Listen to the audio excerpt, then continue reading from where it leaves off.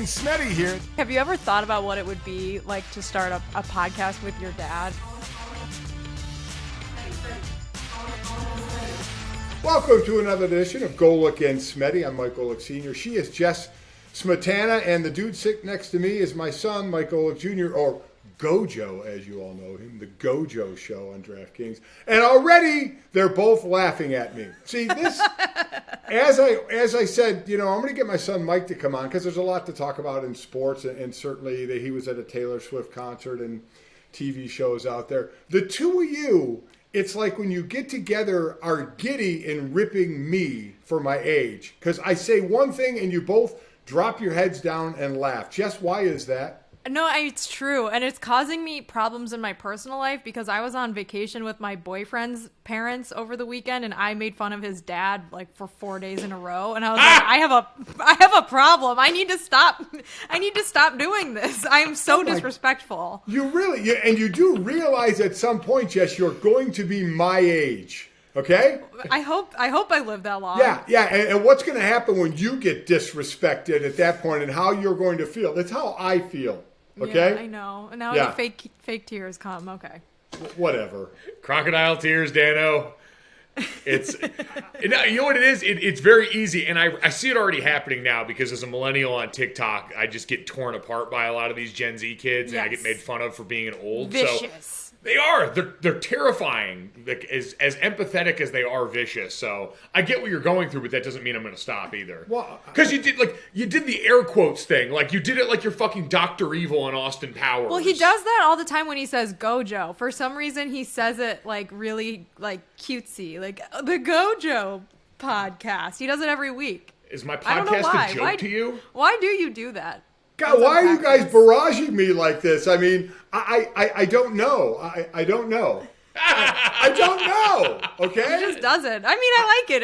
It's fun. No. You both considerably laugh and drop your heads like you're almost disappointed in me when I do something like that. It's not disappointment. It's just like, oh, like here he goes with his cute little thing again. Air quotes are it's like infantilizing and patronizing, not disappointing. 100%. What the hell was that first word you said? We're infantilizing you. Is that because a word? when old people get super old, they just revert back to being babies again. Oh, so that's what you're saying? I act like a baby. Air quotes is acting like a baby? Well, it's like when people say the Facebook still, but I don't say the Facebook the in front of. So things. you're telling me just so I have this clear, when I do air quotes, that's like saying the Facebook.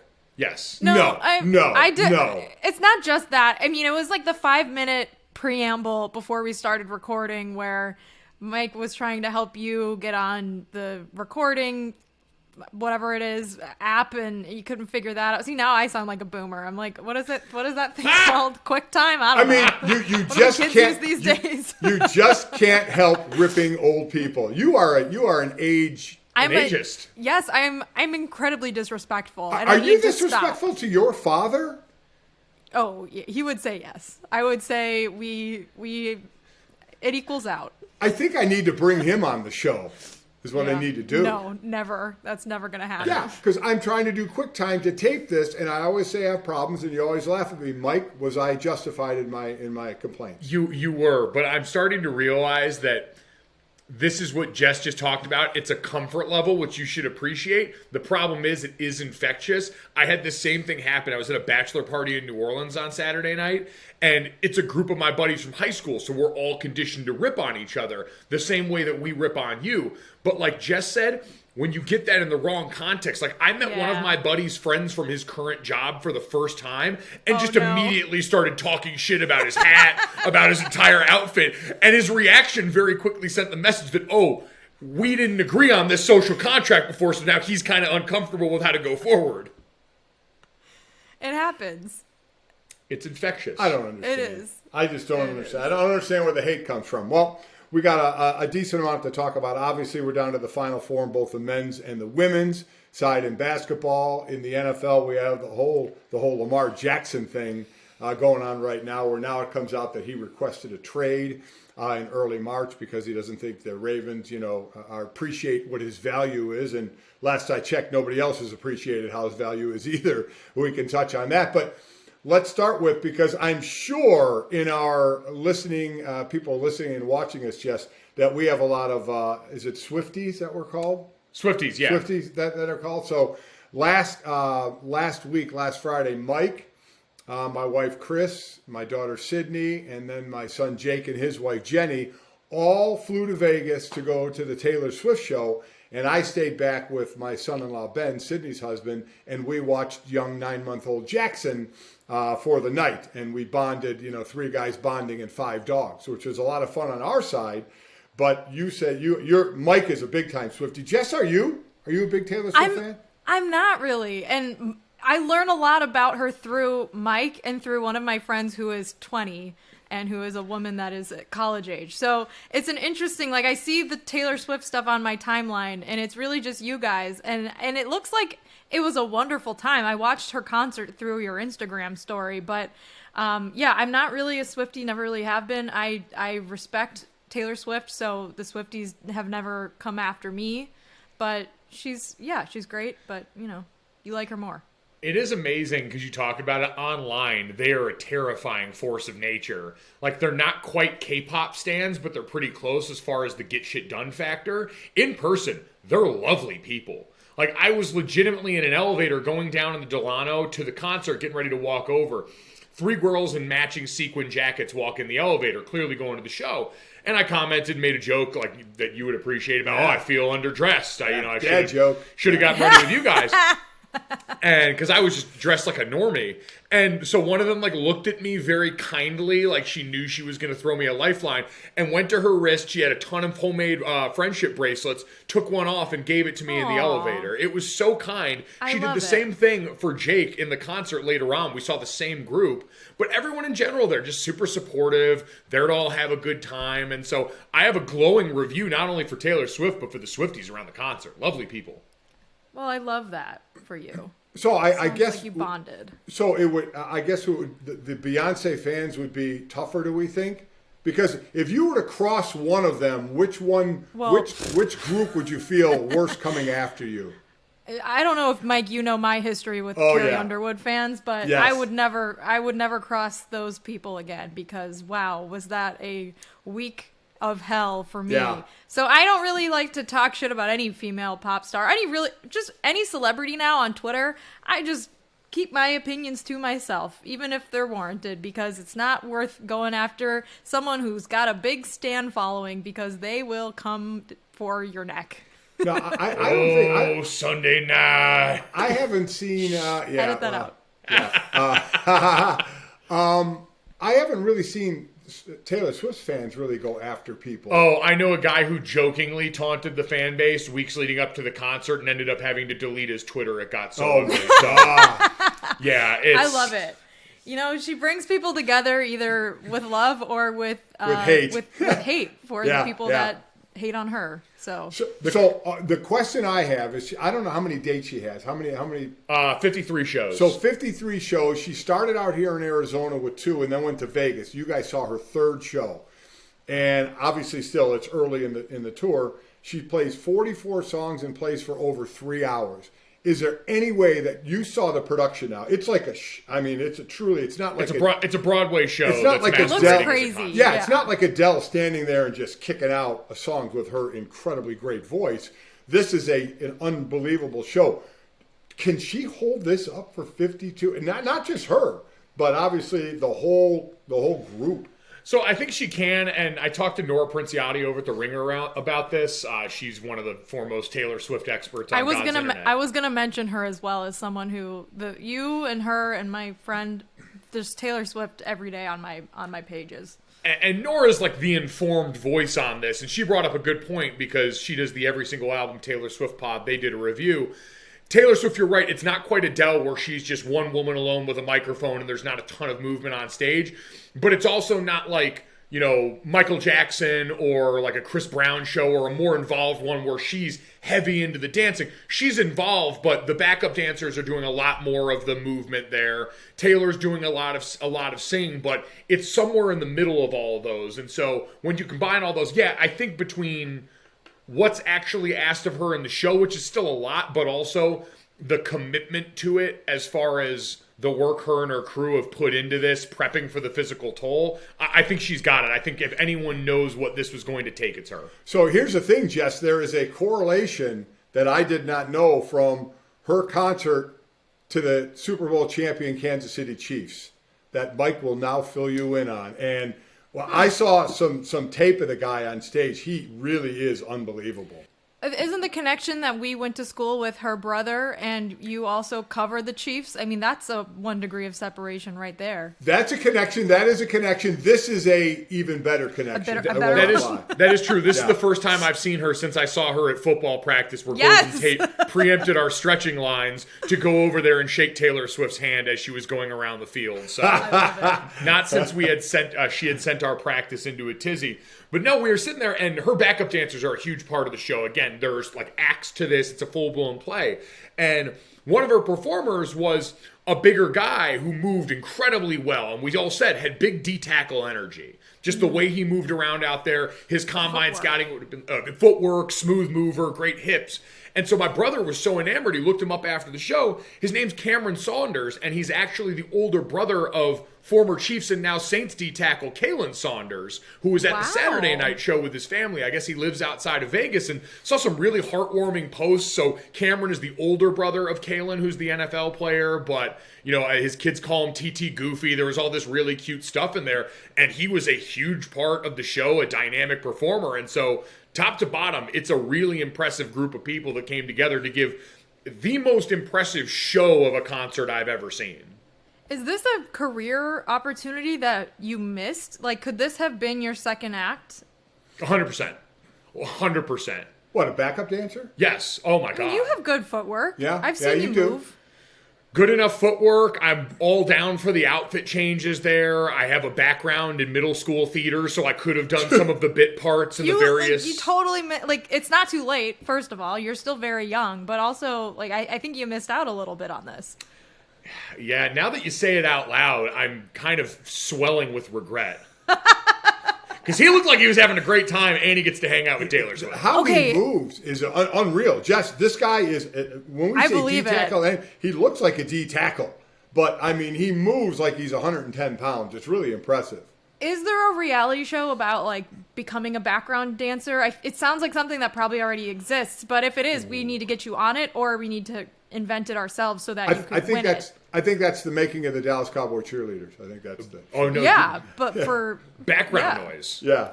Is that a thing? That's the name of the show that I would pitch. Background noise. Let's do it. I feel like it already... every type of reality competition show has been made. So I feel like there's a... MILF Manor exists. This thing's got to exist. But MILF Manor? Oh, yeah. You haven't seen that one?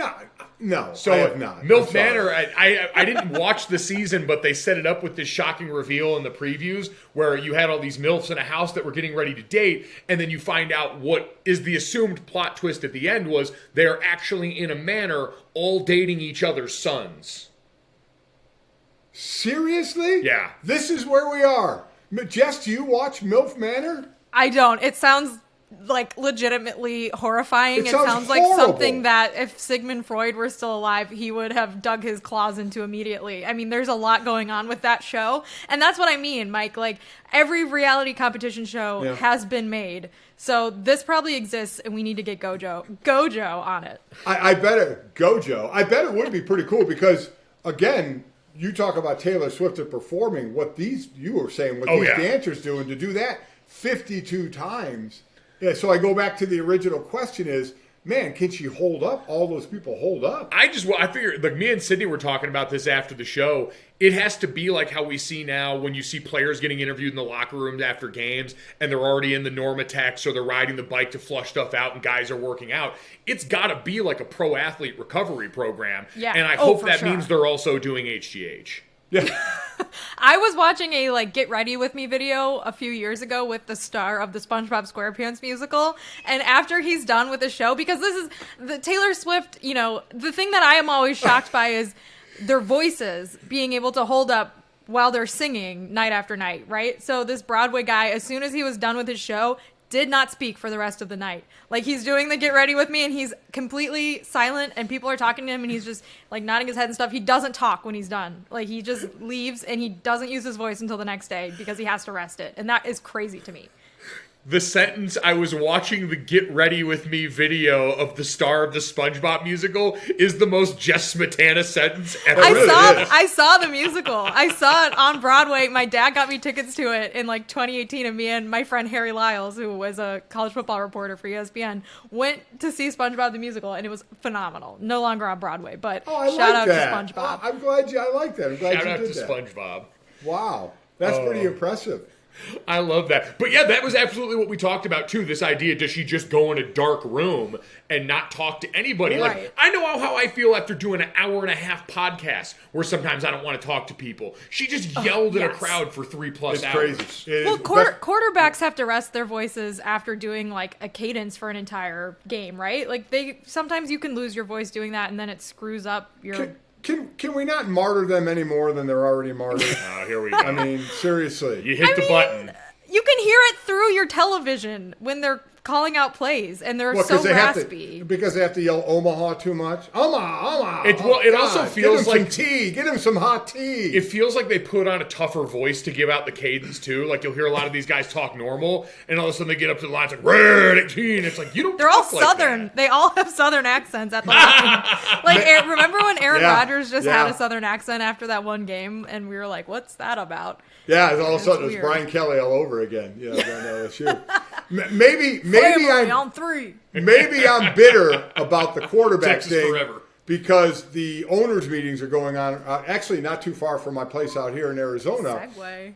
And they just basically wanted nothing to do with roughing the passer being reviewable because of all the shitty calls that are made during the year that cost the defense when they should be off the field, but the quarterback landed a little too hard on the field, so now they get 15 yards and a first down. They didn't want to make that reviewable. So while you guys are mocking me, you know, as I go off on my rant, I think it's justified. I think it's bullshit the way they call the roughing the passer, how much they're protecting the quarterback, and to not even make it reviewable to say, you know what, every now and then we can screw it up. You know, and why don't we catch it so it doesn't cost the team on third down when they can get off the field? There weren't that many times where it was... I mean, I know we debated it endlessly, but there were only a couple from last season I can think of A couple? There's a couple a game, let alone a couple for the season.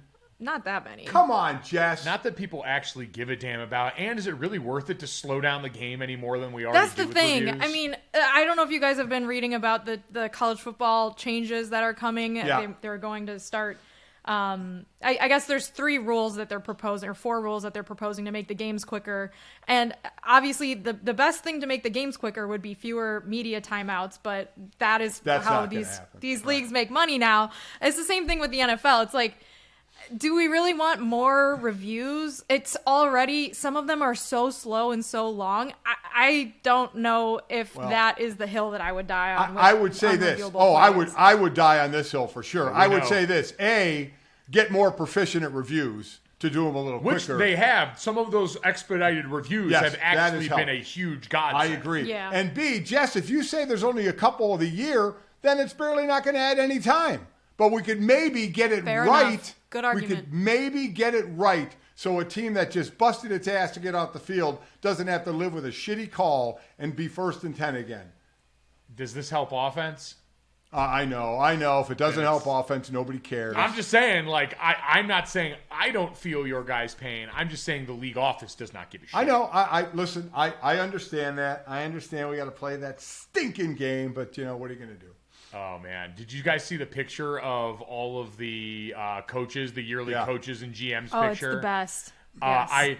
I so greatly appreciated Sean Payton making his return to the NFL and announcing his presence with authority by bulldogging everybody within arm's reach of him. He sat up so square and tall, while some guys like Sean McVay and others look like they're stuffed in a gym locker. He's very broad. You're right. He's man-spreading. Do we still say man-spreading? When you spread your knees like as far apart as possible and take up as much space as you humanly can. That's 100% what it is. You learn a lot about how these guys would be on an airplane based on how they're willing to sit here. With the armrest. How about who's got as if they've ever sat in economy in their lives, right? Yeah, they're all used to having true. like their own little pod in first class. I like looking at the outfit choices too. Like you got your quarter zips, your button downs, your long sleeves. Some like Mike Tomlin's dressing it up with a blazer. It's always fun to just judge everyone. Usually Andy Reid's got some sort of like printed Hawaiian shirt on. I think he had one on this week as well. It's always nice to just go through. And my favorite thing every year is like, can I name any of the new coaches? Do I know what they look like? There's like last year I was like, who is that? Oh, that's Arthur Smith. Huh, that's what he looks like. It's always a fun little exercise. Oh, there's every 100% March. 3 guys up there I couldn't name off the first look. Right, like Dennis Allen, I'm still not really sure what he looks like. Dennis Allen seems more like an idea than an actual person to me. Yeah. I'm a big fan of Brian Daboll. You're looking at last year's picture. Oh, is this last year's picture? Yep. I can say Matt Rule's in that Rule's picture. in there, so it can't be. No, Daboll left his sunglasses on in this year's picture, and he's got a lot of sunburn on that bald head of his. I He's saw a looking report good. that Brian Daboll was the first coach to crack a beer at 11:30 in the morning on the second day of meetings. I love that guy. Yeah, That's amazing. It is Andy Reid every year in the Hawaiian shirt. I just love. I'm with you, and I now that I'm looking at it, I see what you're saying about Sean Payton, the man spreading and throwing the knees out there. Did anyone else know Mike McCarthy was fucking huge? He looks like the yeah. Hulk on the end of that thing. Oh yeah. Oh, I knew he was. He big. does, yeah. Yeah. He's got the nice jacket on as well, and like all the shoe choices. Andy Reid's got some nice like comfy slides on, He and does. then you got like a lot of white sneakers. No one's really going with the dress shoe anymore. The thing I learned was that Bill Belichick clearly ties his shoes bunny ear style because the laces were up and down. That only happens when you tie bunny ears, which is the objectively worst way to tie. And I think Andy Reid, because he's won the Super Bowls now and is one of the great coaches, he could have, but he didn't. He kept his knees in nice and tight. He didn't try and take anybody's space. He just sat Who's the around. guy in the Jordans on the first row, GoJo? No, you're flipping too fast. That is, Is this who we're talking about? no, that's the coach of the Browns. Oh, Stefanski. Oh, Yeah. Stefanski. Kevin Really? Stefanski. Kevin Oh, Stefanski. didn't recognize him. Yep, salt and pepper beard, a little bit too well lined up, and clearly wearing Jordans to try and be a cool dad. But I did an awards banquet in Cleveland the year he was hired, and he was there and we chatted. He does have a wonderful beard. It's a wonderful beard. Mike, Yeah. I think Mike, Pete Carroll looks the best. I hate to say. Pete Carroll looks the best. he does. Look at his hair. He looks phenomenal. He's Plus, got he great is. hair. Is he or Bill the oldest? Right there, one of the. I think he's older. I think he's older. I do think he's the oldest. I think he's the oldest. Oh, I just loved in all of this. My biggest takeaway was that when we re-up, I'm sure for summer sports talk radio / podcasting, and we do the coaching cage match conversation, next to Kevin O'Connell in the Dan back, Dan Campbell, the #1 overall pick. But we're not even close. Well, just because I met Kevin O'Connell at the Super Bowl, and he's like full 6'6". He's super tall. Yeah, I didn't know how tall he was till I saw this picture. Yeah, he is very tall. Now, D'Amico Ryans might come in and get just from the age factor, being young and a former linebacker, as far as the cage match. It would make a great setting the edge drill between him, because you obviously have Dan Campbell as a former tight end. So you could definitely, those two guys will definitely be down there at like Mike Vrabel style, strapping it up with players before games. Yeah, that's true. And boy, you're right about Daboll. What a red head he has. Holy smokes. Is it hot out there still in Arizona? Oh yeah. I mean, it's getting pretty hot. This week is a very, very warm week. So. Dable's every bald bearded white guy too. Like his skin is just not built to handle this kind of sun. Yeah. All right, so Mike, happens. before we get you out of here, let's do a little NFL. And the big news now is Lamar Jackson. It came out. He tweeted March 2nd that he requested a trade because the Ravens don't see his value. I'm getting to the point here where I've already said I think the move by Baltimore was a good move. That they couldn't come up with a deal.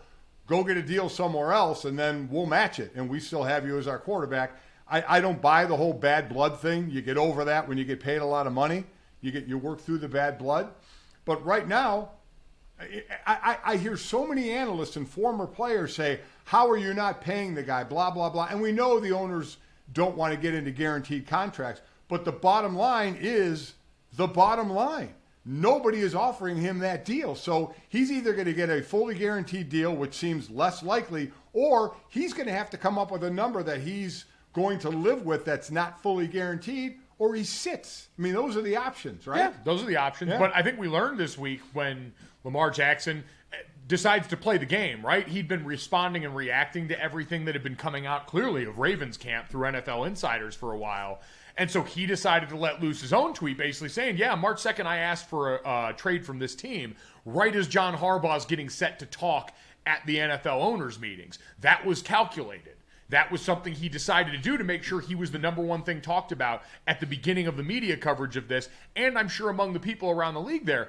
And what we saw and learned was, well, the Colts are clearly ready to kick the tires on this. Chris Ballard said, yeah, we're in the market for really good football players at that position. Lamar's a good football player, declined to get into specifics, but he didn't say no the way we saw other teams do. We heard from Robert Kraft that apparently Meek Mill hit him up on behalf of Lamar Jackson and said that Lamar wants to be a Patriot. And he said that's up to Bill. So we didn't hear a no either. We started to see more of the conversation and a couple avenues, especially in the Colts, that seemed like a real viable path. Like, hell, if there's anyone who's going to go buck wild and give Lamar a fully guaranteed deal, it's crazy-ass Jim Irsay, who started to get Daniel Snyder out of the paint last year here. What did you think of John Harbaugh's reaction to it? Because it was right before he went up to talk to the media, and I actually thought he handled it like pretty well, given he had no warning that was going to be the entire. I mean, he knew obviously that Lamar's situation was going to be the main talking point, but the tweets about the trade request was brand new.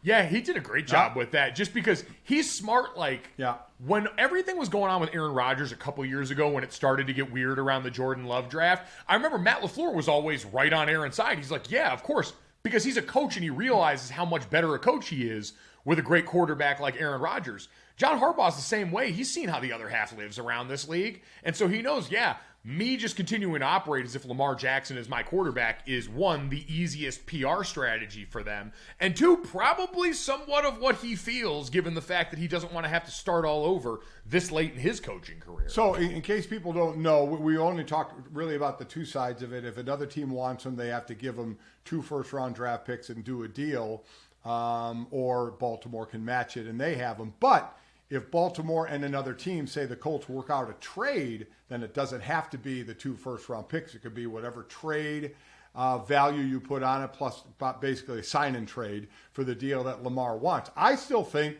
Baltimore is in this. I don't buy into the whole bad blood. They don't want me. They don't know my value. Again, I think this was a smart business move for if Lamar was truly saying, I want a fully guaranteed contract, and we know the Ravens offered, $250 with 133 guaranteed, up to 175 with injury, fully guaranteed.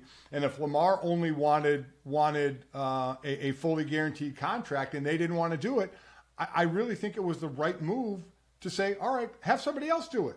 Have somebody else. If they want to do it, then maybe we'll revisit and we'll think about doing it. But do you think if another team does the 2 first-rounders and offers them a fully guaranteed deal, Baltimore matches? I don't know at this point. Like, they let it get to this point for a reason. Like, clearly they feel differently about him than the rest of us do. So, I don't know. I would assume so. I know that there's things in that point that other teams can do to make it financially impossible for them to match. So, you say they feel different about him than the rest of us do. Well, the other 31 teams feel the same way right now. Well, as Baltimore no, the other teams feel that way with the stipulation that Baltimore can match. If Lamar Jackson was truly a free agent, they didn't have to worry about upsetting their plans and their organization. There'd be more for something negotiation that may not come. He's hamstrung by that part of the process. Which is why him potentially sitting out is a viable option, because he doesn't have to worry, I don't think, about the same things Le'Veon Bell did when it came to it affecting his free agency if he didn't play X amount of games that year. And so, Lamar Jackson could absolutely sit this season in a way that would ruin Baltimore's life. The only thing I would say, Jess, is Dak Prescott had a major injury, and he got paid more than what everybody expected him to pay. So I don't know why Lamar would sit out. And he'd make $32 million, even if he got hurt. As I said, we just saw Dak get a hell of a lot more money than people he thought he was going to get. So to me, sitting out is you can threaten it all you want, but I never think that's a good option. Right. Like, it worked for Deshaun Watson, but I don't think, like, they're in completely different positions contract-wise. And I think that would be a bummer for everyone, especially fans, because he's 26 and sitting out a year in your prime would be disappointing, to say the least. But he has to do what makes the most sense for him. You guys did notice he's running the same playbook that Roquan Smith ran in Chicago, right? You remember when Roquan did this the summer he was beefing with the Bears? Yes. Yep. Same deal. Public letter to the fan base. Like, I'm sure those guys talk. Like, I don't know anything on that, but they were teammates for half a year. Right, Yeah. right. Lamar is getting ready to walk into the same situation. I'm sure at some point might have hit him up and be like, so, hey, how does this go? And that was, Saint Omni. We've now moved on to Ken Francis as our next mythical NFL figure that we're not quite sure who or what he does. And then Meek Mill also.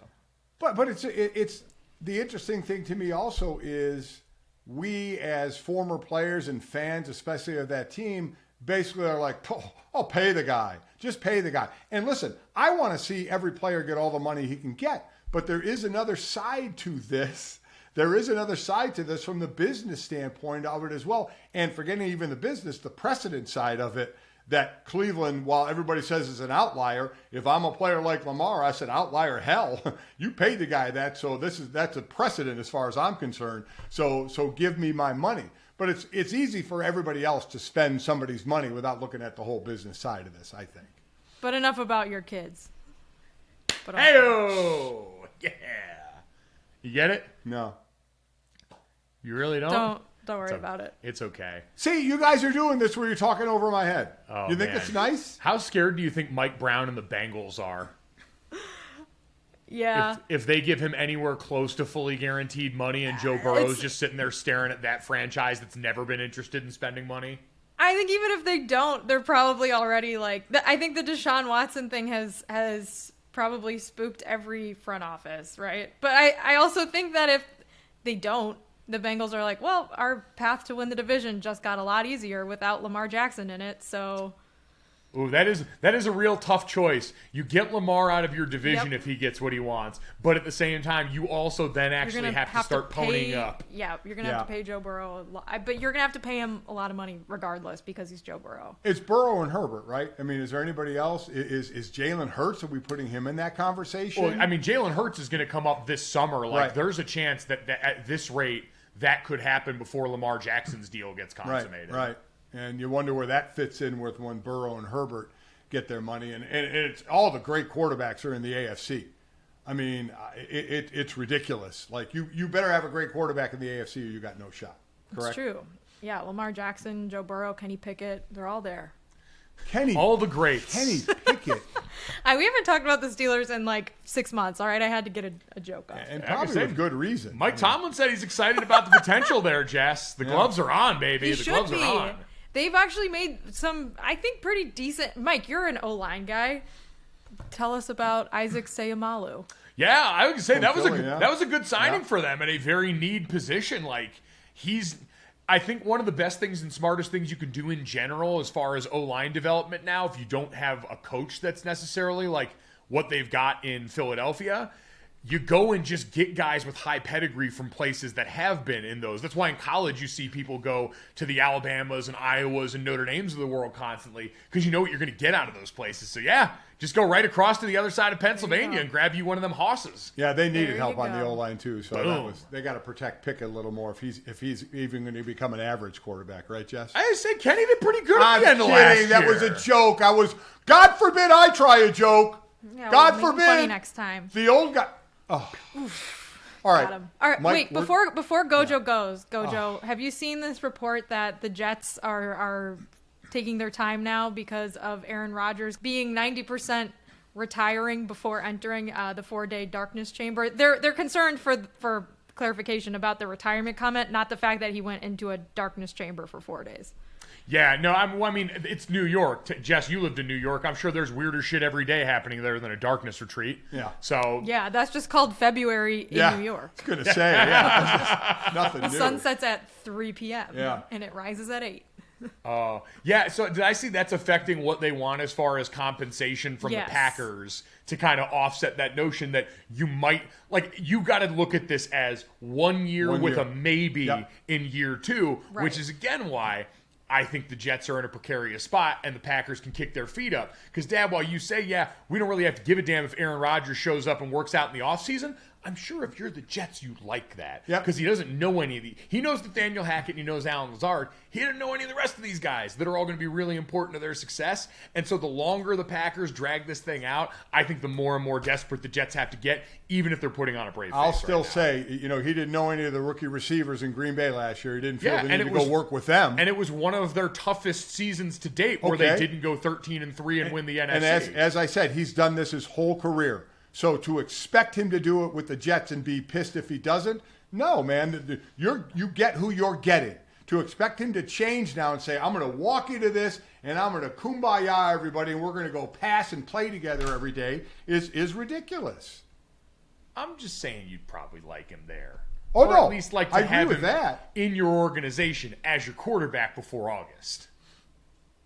Maybe. Yeah, I think that's fair. Now I don't hear Jess. What did I do? What did you do? That's showbiz, baby. That's showbiz. Goodbye, Mike. Hey, guys, thanks. Download, subscribe, rate, and review GoJo wherever you get your podcasts. 5-star rating. GoJo. GoJo. I'm sorry that we had to let my son GoJo go, Jess, so you could stop your rip session of me. I mean, it just seems like it's just natural for the two of you. It is. That's what's scary about it. I can't believe. Now wait. This you said earlier you were with your boyfriend's parents. This wasn't the first time, right? No. I've known them for a while. Yeah. So let me ask you a question. The first time you met them, were you an asshole to them then, like you were over vacation? Probably. Yeah. So you know what? I respect that because you should always be you. You should always be you. I agree with that. You know Yes. what? I don't try to put on a facade. That's for sure. Always be you, Jess. You see what you get. Yep. You stay you. You stay you. That's why I love you. That's why I know. One thing that they've come to understand about me is that regardless of what time of year we're spending time together, there's always some sort of Notre Dame game or activity that I need to watch on TV. So we planned our Saturday around the Sweet 16 game that Notre Dame played against Maryland, which they played hard, Mike, but Maryland was... Well, I mean, Notre Dame's missing too much. Seed. You exactly. know, and it was also a Notre Dame day because I was flipping between that and the lacrosse game, right? On ESPNU. Notre Dame, which was 6-0 and number one in the country in men's lacrosse, played Virginia, which was number 3 and only had one loss in Virginia. Virginia handled them pretty good. I think it was 16-10. It was at Notre Dame, and the cool thing was on the berm there was the football team. Yes. Before or after their spring practice, they were all out there. It was like 36 degrees and like half like snow and rain, a typical winter day in South Bend. But that was pretty cool. Warm for them. Exactly. But it was bad for Notre Dame lacrosse and Notre Dame women's basketball.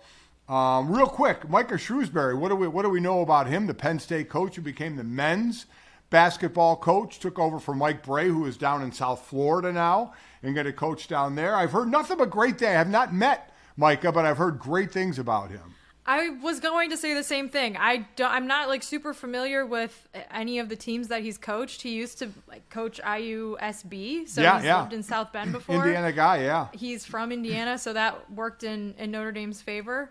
I think it is exciting. Anytime your team's hiring another Power 5 coach, I think that's always a sign that they're willing to commit, to someone who's going to grow the program and make them, back where they were like 9 years ago or 8 years ago when Notre Dame was making the tournament every year, two back-to-back Elite Eights, recruiting really well. So I don't know. I think it's exciting. I think 7 years shows that they're making a pretty big commitment to men's basketball. That I think if you were just a casual fan, you might wonder in the NIL one and done portal era if Notre Dame men's basketball was going to make that sort of commitment, and in this shows that they're willing to. So that's I think they are. I don't know if they'll get the players to be one and done, but with NIL and with the transfer portal, and Micah I think has a great reputation as well. Will he be able to, from the transfer? Obviously, there's recruiting that's involved, but then to get for the transfer portal to get players in, how quickly can he build this team? Because you're right. While Mike Bray had a hell of a career here, it was intermittent when he got to the tournament and how far he got in the tournament. I think Notre Dame would like a little more consistency in at least getting to the tournament, some Sweet 16, Elite Eights, or further, and see if Micah can bring this in. So we welcome him to the Notre Dame coaching family for sure. Hopefully we'll have him on sometime. Yes. I saw he was talking to the football team before one of their spring practices, which was pretty cool. But we were talking about the women's basketball team that lost. The women's Final Four set, and given two of the number one seeds with an upset, you still ended up with decent chalk. 3 LSU against 1 Virginia Tech and 2 Iowa against 1 South Carolina. I'll be honest with you. I don't know a ton about LSU and Virginia Tech, so one of the biggest things I'm going to look for is what Kim Mulkey is wearing, because she has now done this unbelievable fashion show for every game of what she has done.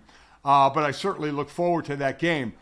But, I mean, what is going to go on with Caitlin Clark from Iowa, who is unbelievable? She is so much fun to watch against undefeated South Carolina. Where are they at, 40 now from last year to this year? 30. They're 40 in a row, 40 or in a 41 in a row, row, something but like this that. year they're like 35-0. Yes. They haven't lost this entire season. Their last loss was in the SEC championship game last year. Made the and run then and won the title, and now looking to do it again back to back. Yeah. I don't know if you watched any of the Maryland South Carolina game that was on Monday night, but South Carolina is so tall. They play great defense. Aaliyah Boston's a National Player of the Year candidate. She won it last year. She's an amazing player, probably the best in college basketball right now. She gets like doubled every single game, and she's incredibly talented. So that matchup with Iowa, who's got one of the hottest shooters I think that we maybe have seen ever, or at least in a long time in college basketball, is going to be a crazy matchup. And then on the other side, Virginia Tech, they have the ACC Player of the Year, Elizabeth Kitley, and LSU has their own star player, Angel Reese, who transferred from Maryland to play for Kim Mulkey. So both sides of it are going to be really exciting, I think. So there's a lot to watch on the women's basketball front. And I've heard people say that they are more excited about that Final Four than the men's Final Four because there's some, strange teams in it this year. But I'm kind of looking forward to both. Oh, I am for sure. But, I mean, that from the power matchup, I mean, so for the men, you're looking at 9 FAU against 5 San Diego State, and then 5 Miami against 4 UConn. But, I mean, you don't have the power when you're looking at an individual power. You mentioned from the National Player of the Year candidate from South Carolina. They have stars there. Boston, But Caitlin Clark has just been incredible. So to have that style power and that team against this juggernaut right now, at least from last year and this year, of what South Carolina is doing. I know my buddy Darius Rucker has to be pretty happy in what's going on here. But that's kind of the power game, right, from both Final Fours. And that's the one I'm looking forward to. But did you see when it was Sue Bird showed up it was Iowa's practice, right? Yes. That was really cool how infatuated the players were. Yeah, it's good to so see that. Excited to see that. Yeah, that was cool. Very, very cool to see that. But I think what the most interesting thing on the men's side to me, Jess, is, the fact that obviously, we have no 1, 2, or 3s anywhere in this thing. I think it's like the third highest when you add the numbers up of the seeds that we've had. I think the thing to me that I see, especially going forward, could UConn be back? I mean, remember when it was UConn women who lost in the last round and the UConn men, one year they were national champs together, but they both were dominating both men and women's side. And obviously the UConn men had fallen off for a while. And boy, the way they're playing right now, they're the favorite, actually. They're sitting at minus 125 on the DraftKings Sportsbook. They're minus 125. And then at San Diego State at plus 380, Miami at plus 475, and FAU at plus 650. But UConn is a favorite. Now, the women are right there. As I mentioned, they lost last round. And I actually watched their regular season game against South Carolina. And it was a close game for a bit, and then South Carolina started pulling away at the end. But that's what I take away from this. I know the UConn women are always going to be right up there. But are the men having this resurgence now with Dan Hurley a coach? And, kind of bringing this team back a little bit. Well, the fact that they are the odds-on favorite to win, like, yes, I think that that's a sign that their men's program's having a better season. I can't speak to like the program as a whole. I can speak to the women's side, which is, their 14 season consecutive Final Four streak ended, which is a insane statistic that they've made the Final Four 14 seasons in a row. And is the UConn dynasty over articles already being written. Right. And I don't necessarily subscribe to that because they're going to have a lot of talent next year, and they're one of their best players. Paige Beckers was out the entire season. Right. So, Exactly. But, yeah, I don't see them. They certainly aren't going to drop off like the men's program did. Not by any stretch. And I don't see them really dropping off much at all. They're not going to be maybe as dominant as they were. But man, oh man, if the little Stores, Connecticut, if all of a sudden they have the men's and the women's, two of the top teams again, that would be something. Well, what are you most excited for this weekend? Which game? South Carolina, Iowa? I think it is South Carolina and Iowa. I think that's appointment television for I do. fans. I do. I think that's what I'm looking forward to. I mean, did you see I think the ESPN bracket challenge had like, I don't know how many millions of people. 37 brackets had this Final Four. That's how but no, it should be 0. That's too high. I know. I'm stunned at that, but I think that's what I read, that 37 That makes of me them. think that like a computer is filling out different every different combination of Final Fours, because who would put FAU and even Miami, like either South Florida team in the Final Four, is crazy to me. Yep. I completely agree.